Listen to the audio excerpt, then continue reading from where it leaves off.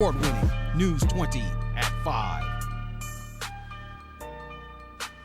Good evening and welcome to News 20 at 5. I'm Shay Simon. And I'm Aaliyah Wilkerson.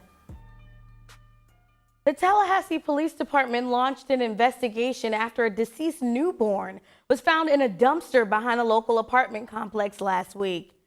Police responded to Rolling Hills Apartments around 4:20 p.m. and say they found the baby in the dumpster. We're told this case has been added to the Violent Crimes Unit. Police are also asking for help and are currently interviewing witnesses in an attempt to solve this crime. Investigators are asking that anyone who has information to please call 850-891-4200 or Crime Stoppers at 850-574-TIPS. Tall pine trees and majestic oaks create a pocket forest on one block of downtown, but this may all be in jeopardy. The trees and oaks are in the way of plans by North American Properties to build a $158 million condo and hotel high-rise. Some environmentalists are upset not only about the harm of the trees, but also about the idea to waive over $400,000 in fees related to cutting down the trees and paving over the land. This new development will form a 9-story wall along the edge of Cascade Park, overlooking the bandshell and the fountain. Well, this weekend, the Gulf Wind Track Club hosted a 12K and 6K run in St. Mark's. Our very own multi-skilled journalists Blair Bishop and Lyric Matier went to the run and captured this report together. Here at St. Mark's Park, where there's a variety of things to do. As you can see behind me, there's boating, fishing, even relaxed time. Also, they have a 12K and a 10K race in which I'm about to participate in. So I'll see you guys at the finish line. With you right now, Blair Bishop for News 20.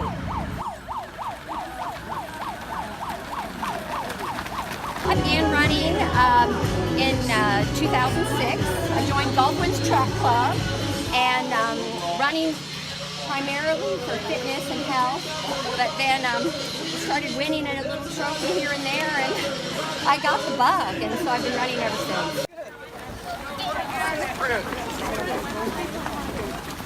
We have folks out here from age 5 on up to 85 to 90.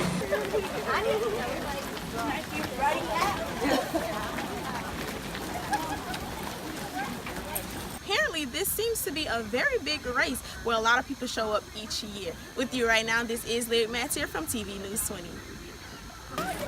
Thank you again, Lyric and Blair, for that report. This is an annual event for the Run Club. Gaston County deputies say they found a missing woman who reportedly had been in danger. Chandrika Horn was reported missing last week. Horn is the mother of 5 children and had not been seen or heard from since February 2nd. The Gaston County Sheriff's Office reports finding Horn and that she is safe.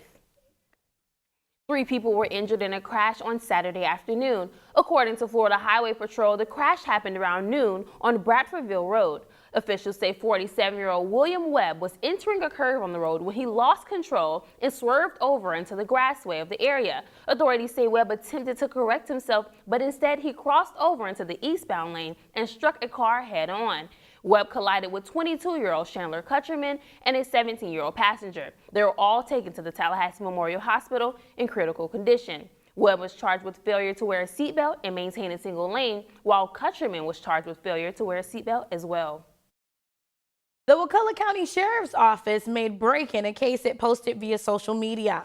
Police identified the woman who they believe was involved in the theft from Bales Outlet in Crawfordville. We confirmed this information via the Sheriff's Office Facebook page. The woman was wanted for questioning involving theft from the outlet store. We spoke with Case Detective Scott Powell just before the show, and he told us the office obtained the information it was looking for. The Sheriff's Office thanks the community for its assistance.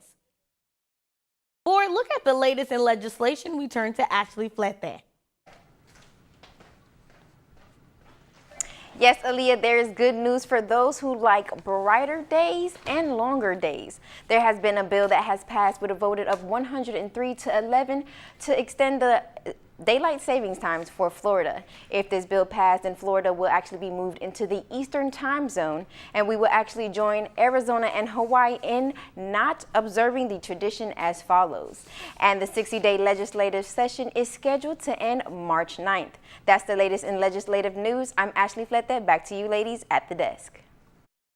Thank you, Ashley. And that's not all of your legislative news. For more on what's happening with laws and lawmakers, let's head over to Aaliyah Williams. Aaliyah. Yes, Shay. The Florida House and Senate both had plans to expand a bonus program for teachers, but to the dismay of educators, the plans fell through. Best and Brightest Scholarship bonuses for teacher program was originally meant to award both veteran and new teachers. However, the program has been scaled back to only serve teachers who aren't highly effective on performance evaluations. According to public records, teachers make on average of about $45,000, $723 annually. Bonuses could bring this number up to an exceeding amount of $50,000. That's all the information I have for you now. Live in the studio, I'm Aaliyah Williams, News 20. Back to you at the desk. Thank you, Aaliyah. Coming up on News 20 at 5. We have an update on the South Florida school shooting that sparked outrage across the country. Stay tuned. You're watching News 20 at 5.